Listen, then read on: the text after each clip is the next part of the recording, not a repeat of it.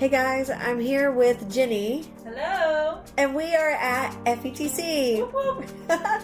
We're so excited to see everyone in person and finally get reconnected with our friends and new educators at this awesome conference. And one of our friends on Twitter, Ainsley, inspired us to create this fun wallpaper for people to quickly connect with us.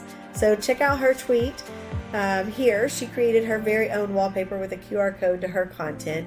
So we did the same. We went into Canva, used their templates inside of their phone wallpaper templates, which they have a ton to choose from, and they're all so cute.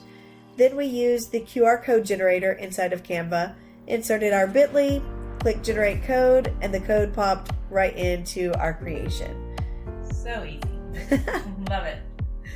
But we wanted to take a moment just to show you our bit.ly real quick because, check it out, it is a Canva Biolink template.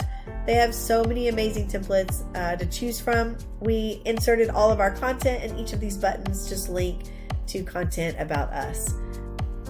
Both of these creations are so beautiful. You don't have to navigate to other tools. All of it was right here inside of Canva.